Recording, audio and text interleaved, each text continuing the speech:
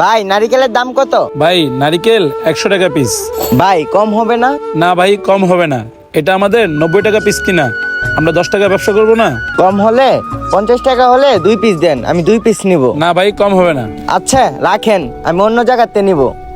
মুরব্বি ডাব কত করে? বাবা ডাবের দাম 120 টাকা। কি কইতাছেন? পাশের দোকানে বললো 100 টাকা করে, আর আপনি বলতাছেন 120 টাকা করে। 50 টাকা হইলে 2 পিস দেন। বাবা কম হবে না। ঠিক আছে রাখেন।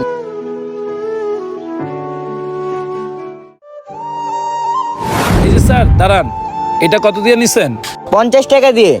এখন এটাতে কয় টাকা কম নিতে পারছেন? আরে ভাই আপনি কি পাগল? এটা আমি দোকান থেকে কিনছি, এটা হলো একটা ব্র্যান্ডের মাল।